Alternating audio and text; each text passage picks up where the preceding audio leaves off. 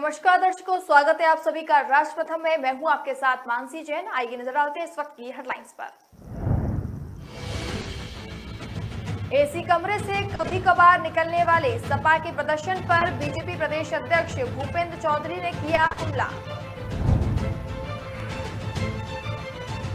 आजम खान की कम नहीं हो रही है मुश्किलें, बेटे अब्दुल्ला समेत 7 लोगों पर केस हुआ दर्ज। विधानसभा में सीएम योगी ने ओम प्रकाश राजभर से की मुलाकात, सपा प्रमुख ने दिया बड़ा बयान। नीतीश कुमार की कोशिशों को लगा झटका, शिवपाल की पार्टी बोली हम नहीं करेंगे समर्थन। लोकतंत्र से अखिलेश का उठ चुका है भरोसा, गोंडा में कृषि मंत्री सूर्य प्रताप शाही का बड़ा बयान। बीजेपी के प्रदेश अध्यक्ष भूपेंद्र सिंह चौधरी ने विधानसभा सत्र शुरू होने से पहले ही सपा के हाई वोल्टेज ड्रामा पर तंज कसा है।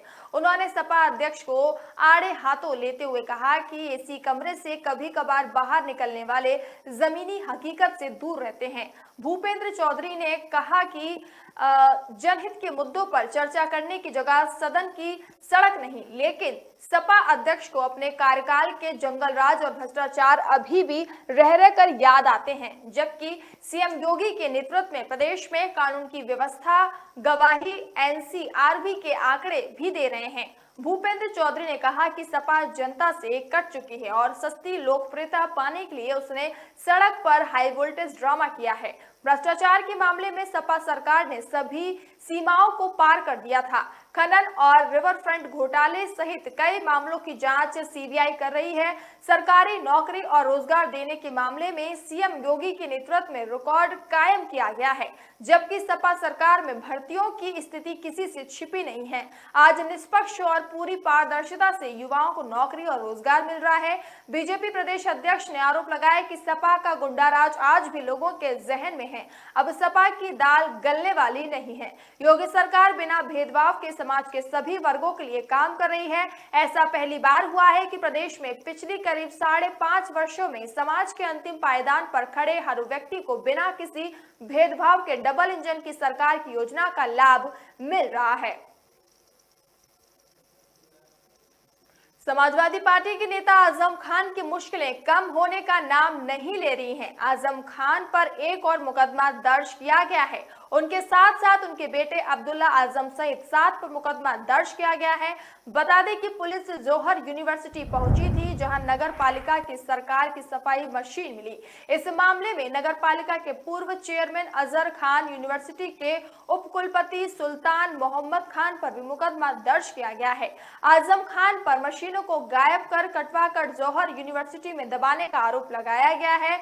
उन पर करीब कई धाराएं लगाई गई हैं और सार्वजनिक संपत्ति नुकसान निवारण अधिनियम धारा 2 और 3 के तहत मुकदमा दर्ज हुआ है।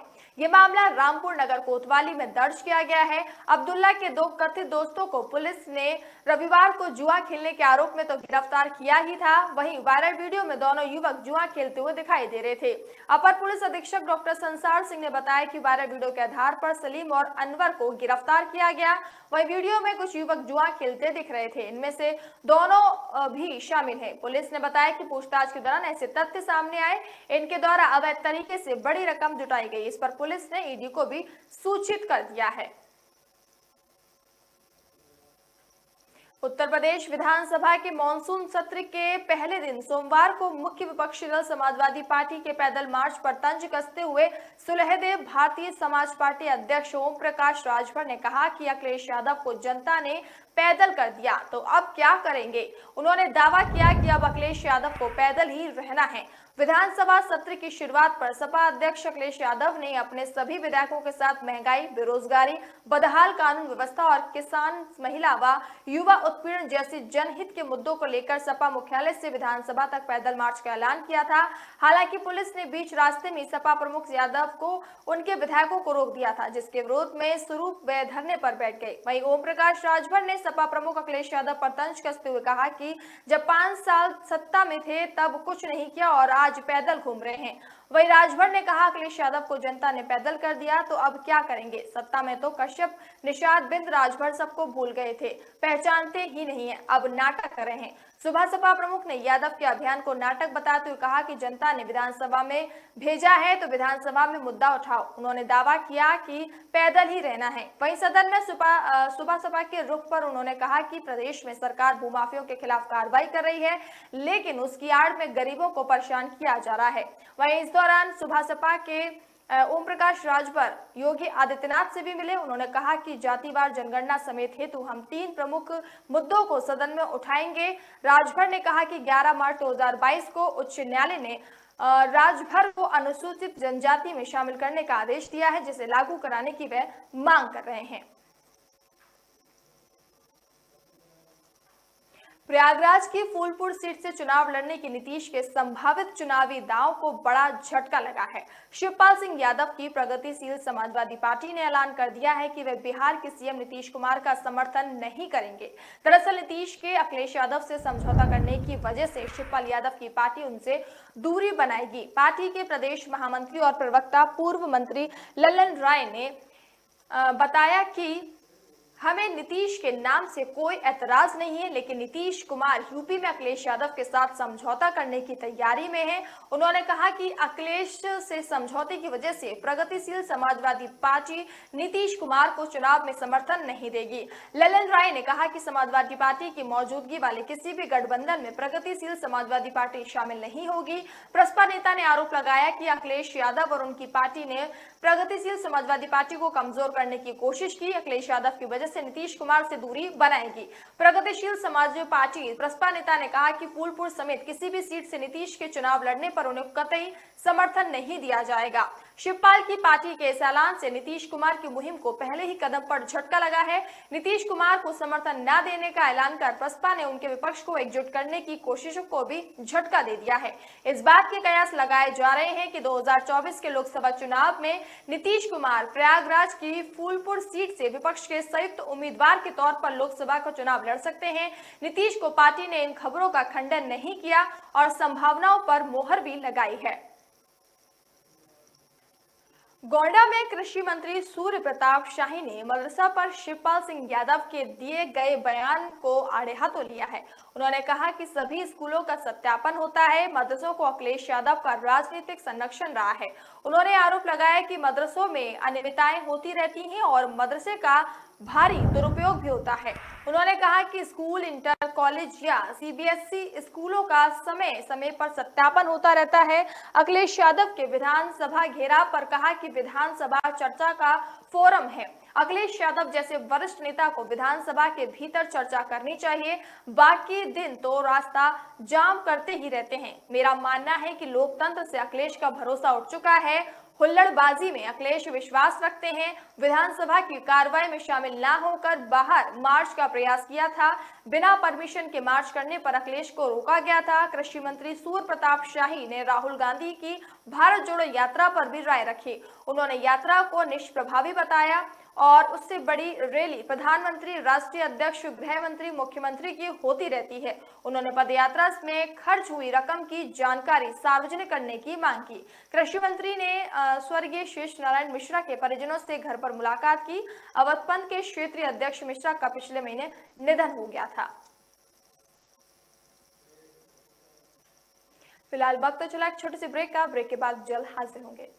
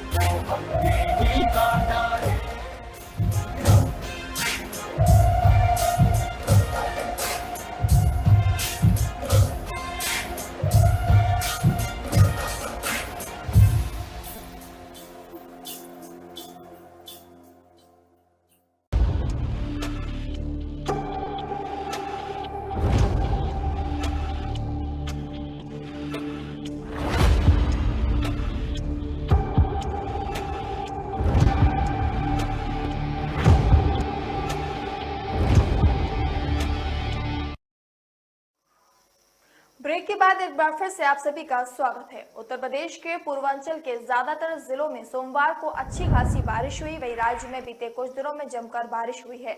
मौसम विभाग की माने तो 37 जिलों में मंगलवार को भी भारी बारिश के आसार है। इन जिलों में बारिश के साथ ही आंधी तूफान और वज्रपात होने की संभावना जताई गई है। विभाग ने इन जिलों में येलो अलर्ट भी जारी किया है। मौसम विभाग ने यूपी के बांदा, चित्रकूट, कौशाम्बी, प्रयागराज, फतेहपुर, प्रतापगढ़, सोनभद्र, मिर्जापुर, चंदौली, वाराणसी, संत कबीर नगर, मऊ, बलिया, सुल्तानपुर, अयोध्या, अंबेडकर नगर, आगरा, इटावा और झांसी और ललितपुर जिलों में भारी बारिश की संभावना जताई है। इन जिलों में विभाग ने येलो अलर्ट जारी किया है और कहा है कि आज यहां पर बारिश हो सकती है।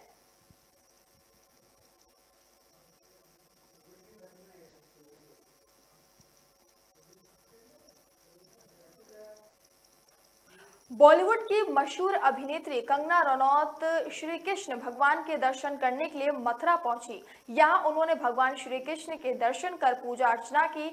बॉलीवुड एक्ट्रेस कंगना रनौत सबसे पहले मथुरा के वृंदावन स्थित बांके बिहारी मंदिर में दर्शन करने के लिए पहुंची। वहां उन्होंने परिवार के अन्य सदस्यों के साथ बांके बिहारी के दर्शन किए और उन्होंने वहां पूजा अर्चना की। इस दौरान कंगना अपने परिवार को कुछ सदस्यों और स्टाफ में मेंबर्स के साथ मौजूद थी। इस दौरान कंगना बेहद खूबसूरत लग रही थी।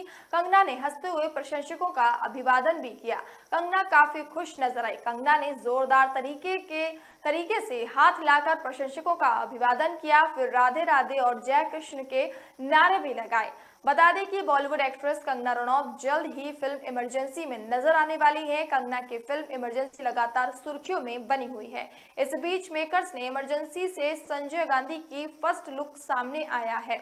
इमरजेंसी में दिवंगत लीडर संजय गांधी का किरदार साउथ एक्टर विशंक नायर निभा रहे हैं। बॉलीवुड एक्ट्रेस कंगना रनौत पिछले काफी दिनों से अपनी अपकमिंग फिल्म इमरजेंसी को लेकर लगातार सुर्खियों में छाई हुई है। अब कंगना ने फिल्म इमरजेंसी से एक और किरदार का लुक शेयर किया है। कंगना ने इमरजेंसी का संजय गांधी का फर्स्ट लुक पोस्टर शेयर किया है।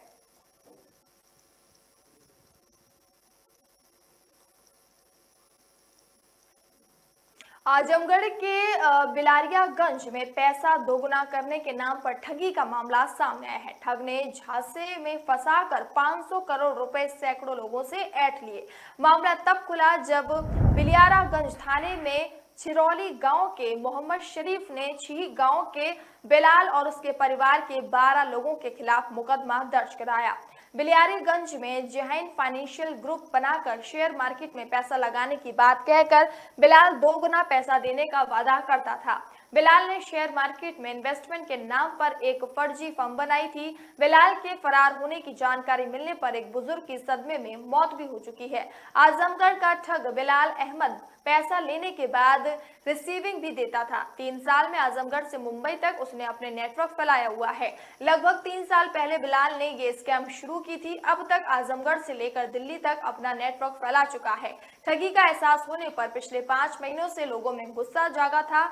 वहीं पीड़ितों ने अपना पैसा मांगना शुरू किया तो बिलाल तरह तरह के बहाने करना शुरू कर दिया।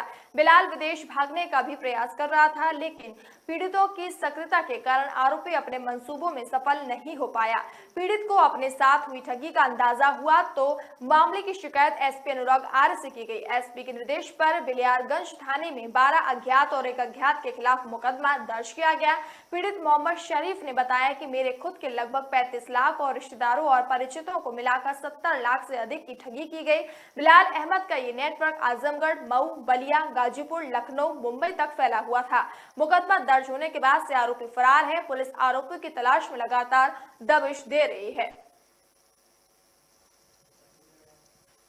नोएडा में महिला साइकिलिंग टीम द्वारा एक फैंसी साइकिल राइडर रैली निकाली गई। ये अंतर्राष्ट्रीय साइकिल रैली है जो इस बार भारत में 2 शहरों में मनाया गया। ये 2013 में अंतर्राष्ट्रीय स्तर पर इसकी शुरुआत हुई थी। इस बात को भारत में कोची और नोएडा में भी महिला साइकिलिंग राइडर्स ने हिस्सा लिया। उन लोगों ने अपनी साइकिल को अलग अलग तरीके से सजाया और खुद को भी अलग से सुबह की रैली के लिए रंग बिरंगी वेशभूषा से साइकिलिंग राइड्स की शुरुआत की। राइड्स ने ग्रेटर नोएडा से नोएडा स्टेडियम तक राइड रैली में नोएडा और ग्रेटर नोएडा की एक्टिव महिला साइकिलिंग राइडर्स ने भाग लिया। शिवा साइकिल द्वारा इस राइड को स्पॉन्सर किया गया था। शिवा साइकिलिंग के ओनर प्रियंका गोइन और उनकी दोस्त आशिमा भी मौजूद थी। इस राइड को ऑर्गेनाइज पल्लवी गुप्ता, पारुल पाराशर और डॉक्टर पूर्णिमा मेहता ने किया। रैली में शिप्रा गुप्ता, संगीता, निधि, मीनू, अनुपमा, दीपिका, डॉक्टर पूनम कुमार, सोनिया अरोड़ा, सिमोना सिंह ने हिस्सा लिया। योगी आदित्यनाथ के एक प्रचारक ने अयोध्या के पास भरत कुंड में उनका मंदिर बनवाया है, जिसमें योगी आदित्यनाथ के आदमकंद मूर्ति भी लगाई गई है और यहां उनकी सुबह शाम पूजा आरती भी की जाती है। इस मंदिर को लेकर अब समाजवादी पार्टी के अध्यक्ष अखिलेश यादव ने तंज कसा है। सपा अध्यक्ष ने अपने आधिकारिक ट्विटर हैंडल पर सीएम योगी आदित्यनाथ के मंदिर की तस्वीरों को शेयर किया और कहा कि ये तो उनसे भी 2 कदम आगे हैं। अखिलेश यादव ने सीएम योगी के मंदिर की तस्वीरों को शेयर किया, जिसमें भगवा रंग से सजाया गया मंदिर दिखाई दे रहा है। इस मंदिर के अंदर योगी आदित्यनाथ की मूर्ति लगी हुई है और उन्हें भगवान श्री राम की तरह दिखाया गया है। उनके हाथ में धनुष और कंधे पर बाण दिखाई दे रहा है।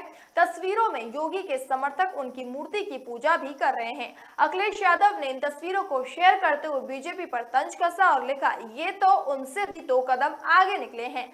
अब सवाल ये है कि पहले कौन?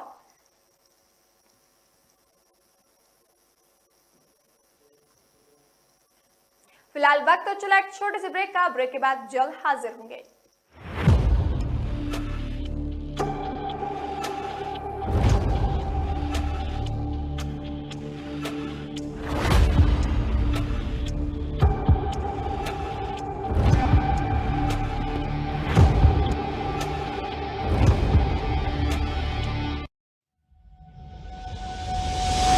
लहरों से डरकर नौका पार नहीं होती, कोशिश करने वालों की कभी हार नहीं होती। नन्ही चींटी जब दाना लेकर चलती है, चढ़ती दीवारों पर 100 बार फिसलती है।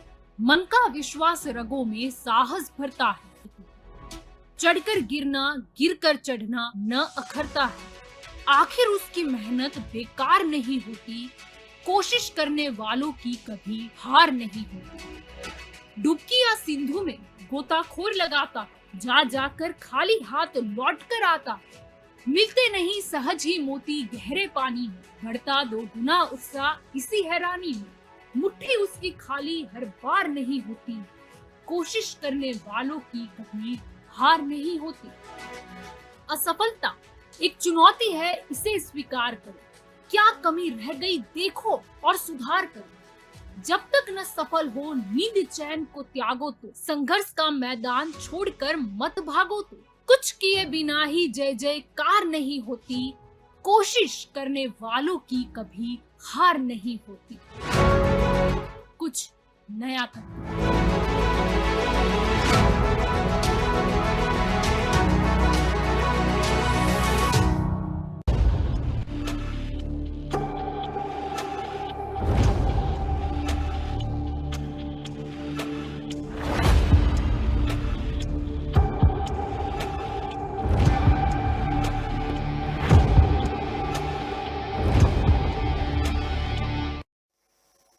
ब्रेक के बाद एक बार फिर से आप सभी का स्वागत है। एटा पहुंचे प्रगतिशील समाजवादी पार्टी के राष्ट्रीय अध्यक्ष शिवपाल यादव ने जनसभा को संबोधित करते हुए कहा कि इस समय उत्तर प्रदेश में और हिंदुस्तान में जो हो रहा है अच्छे हालात नहीं हैं। किसानों, नौजवानों, मुसलमानों के सामने दिक्कतें हैं। नौकरशाही की मनमानी चल रही है। आज नौकरशाही सरकार के भी नियंत्रण में नहीं है। हम जानते हैं कि आपके सामने परेशानियां हैं और उन परेशानियों को सुनने वाला कोई नहीं है, लेकिन समय परिवर्तनशील है। शिवपाल यादव ने आगे कहा कि इसीलिए हमने यदुकुल पुनर्जागरण मिशन बनाया है, जिससे शोषितों, पीड़ितों की मदद करनी है। अन्याय कभी जीता नहीं है बल्कि हारा है। उत्तर प्रदेश में परिवर्तन होगा, हम सबको इकट्ठा कर रहे हैं। अब जितनी भी भ्रष्ट नौकरशाही है उसके विरोध में आवाज उठानी है। लोकतंत्र को बचाना है, नौकरशाही को भगाना है, यही नारा है। अब हम सब लोग सड़कों पर निकलेंगे, किसान, नौजवान और मुसलमान को एक करेंगे। अगर जेल भी जाना पड़े तो जाएंगे। मदरसों के सर्वे पर उन्होंने कहा कि यदि सर्वे हो रहे हैं तो सभी स्कूलों का हो। उन्होंने कहा कि प्रगतिशील समाजवादी पार्टी निकाय चुनाव और मेयर के सभी चुनाव लड़ेगी। महंगाई इतनी ही है कि लोगों के घरों में चूल्हा जलना मुश्किल हो रहा है। जब उनसे पूछा गया कि क्या यदुकुल पुनर्जागरण मिशन के माध्यम से समाजवादी पार्टी के वोट को लाना चाहते हैं, तो हम किसी को नहीं लाना चाहते। जो शोषित है, पीड़ित है, वंचित है, उनकी हम आवाज उठा रहे हैं। उन्होंने कहा कि सपा को हमारी जरूरत कहाँ है। मैंने तो जब बोल दिया है कि सपा के साथ मुझे रहना ही नहीं है, तो सवाल ही नहीं उठता है। उत्तर प्रदेश में विधानसभा का मॉनसून सत्र सोमवार से शुरू हो चुका है। इस सत्र से पहले समाजवादी पार्टी ने अखिलेश यादव के नेतृत्व में पैदल मार्च निकाला था, जिसको लखनऊ पुलिस ने रोक दिया। पुलिस का कहना है कि सपा ने मोर्चा के दौरान रूट फॉलो नहीं किया, जिसके बाद राज्य में राजनीतिक बयानबाजी तेज हो गई है। यूपी के डिप्टी सीएम केशव प्रसाद मौर्य ने सपा प्रमुख के पैदल मार्च पर निशाना साधा। केशव प्रसाद मौर्य ने ट्वीट कर कहा, आजादी का अमृतकाल गरीब कल्याण के लिए समर्पित है। जनता ने जिन्हें पैदल किया वे पद यात्रा नहीं, पद यात्रा के नाम पर केवल फोटो सेशन कर रहे हैं। सपा के पास मुद्दा है तो सदन में चर्चा करो, न कि पैदल मार्च। उत्तर प्रदेश विधानसभा में अब 64 साल पुराने नियम में बदलाव हो रहा है। दरअसल उत्तर प्रदेश विधानसभा की प्रक्रिया और कार्य संचालन नियमावली 1958 में बनी थी। अब इस 64 साल पुरानी नियमावली में बदलाव हो गया है। 19 सितंबर से शुरू हुए यूपी विधानसभा के मानसून सत्र में पुरानी नियमावली की झलक नहीं दिखेगी। विधानसभा अध्यक्ष सतीश महाना ने इसमें बदलाव कर दिया है। 19 सितंबर से यूपी विधानसभा का मानसून सत्र शुरू हो चुका है। यह सत्र 23 सितंबर तक चलेगा। इस सत्र से 1958 में बनी नियमावली में बदलाव कर दिया गया है। विधानसभा में अभी तक पूरे दिन में केवल 10 तारांकित प्रश्न किए जाने की परंपरा सही थी, लेकिन अब इसकी संख्या बढ़ा दी गई है। पहली बार विधानसभा अध्यक्ष ने 20-20 प्रश्न लिए, जिससे ज्यादा विधायक क्षेत्र की समस्याओं को विधानसभा में उठा सके। इसके अलावा विधानसभा अध्यक्ष ने सदन के सभी सदस्यों के जन्मदिन मनाने की परंपरा शुरू कर दी है। इस बार 20 सितंबर को सदस्यों को जन्मदिन की बधाई दी जाएगी। इसके अलावा विधानसभा में विधायकों की सुविधा बढ़ाने पर ध्यान दिया गया है। पहले विधायकों को चाय और कॉफी पीने के लिए सदन छोड़कर कैंटीन जाना पड़ता था, लेकिन अब ऐसा नहीं होगा। यूपी के अलीगढ़ में महामंडलेश्वर स्वामी यति नरसिंहानंद ने एक धर्म विशेष के खिलाफ विवादित बयान दिया है, जिसके बाद अब वो विवादों में आ गए हैं। यति नरसिंहानंद यहां एक कार्यक्रम में शामिल होने पहुंचे थे।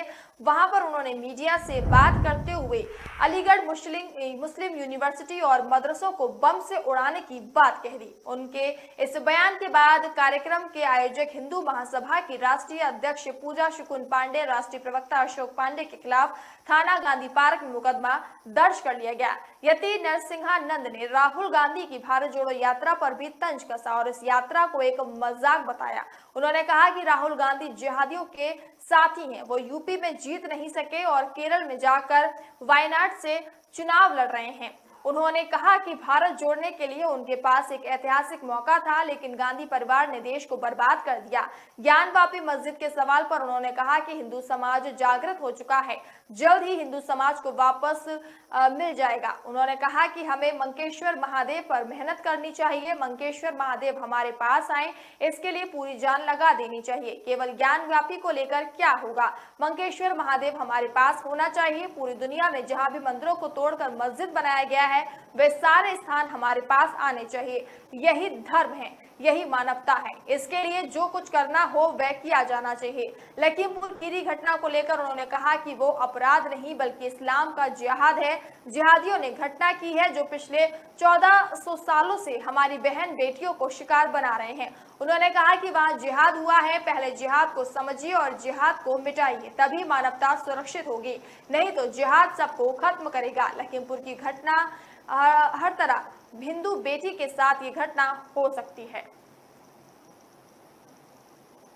उत्तर प्रदेश में विधानसभा का मॉनसून सत्र सोमवार से शुरू हो चुका है। इस सत्र से पहले समाजवादी पार्टी ने अखिलेश यादव के नेतृत्व में पैदल मार्च निकाला, जिसको लेकर लखनऊ पुलिस ने उन्हें रोक दिया था। पुलिस का आरोप है कि सपा ने मार्च के दौरान रूट फॉलो नहीं किया, जिसके बाद अखिलेश यादव धरने पर बैठ गए। उन्होंने इस दौरान यूपी सरकार पर जमकर निशाना साधा। अखिलेश यादव ने कहा, कोई कल्पना नहीं कर सकता था कि भारत जैसे देश में दूध पर जीएसटी लग जाएगी। खाने पीने की चीजों महंगी होती जा रही हैं। नौकरी रोजगार के जो सपने दिखाए थे उसके लिए सरकार संसाधन नहीं जुटा पा रही है। रोजगार छिनता ही जा रहा है। प्राइवेटाइजेशन से जो अधिकार संविधान से मिले वह सब छीन लिए जा रहे हैं। कोई विभाग नहीं बचा जो सरकार के प्राइवेटाइज ना हो। कानून व्यवस्था कभी इतना बर्बाद नहीं होगा। भ्रष्टाचार चरम सीमा पर है। सपा प्रमुख ने कहा, रेलवे और हवाई जहाज भी गए, जहां रोजगार मिलने चाहिए थे सब खत्म कर दिया। क्या करुणा से फौज की भर्ती बनती है? और जिस रूप में लेकर अग्निवीर आए हैं, कोई नौजवान संतुष्ट नहीं है। जिस समय नौजवान निकलते थे उन पर झूठे मुकदमे लगा दिए। हम आज सरकार के खिलाफ प्रदर्शन करना चाह रहे थे, हमें सदन नहीं जाने दे रहे हैं। बड़े बड़े नेताओं को रोक, लीडर ऑफ ओपोजिशन को रोक रहे हैं। उन्होंने कहा कि पूर्व मुख्यमंत्री को रोक रहे हैं। सरकार क्यों नहीं पेश करना चाहती? सरकार इसलिए नहीं कर रही है कि वह असफल हुई है। लोकतंत्र के मूल्यों को बचाने के लिए सपा इसी तरह सड़क के रास्ते आएगी। हमारी अगली रणनीति अब विधायक तय करेंगे। उत्तर प्रदेश में कुछ हिस्सों में बाढ़ के हिस्सों में के चक्कर में सूखा है। वहीं सरकार ने किसानों को इससे हुए नुकसान पर कोई मुआवजा या राहत नहीं दी है। वहीं लंपी वायरस से हजारों गायों की जान भी जा चुकी है। सरकार उन जानवरों की देखभाल के लिए भी कुछ नहीं कर रही है।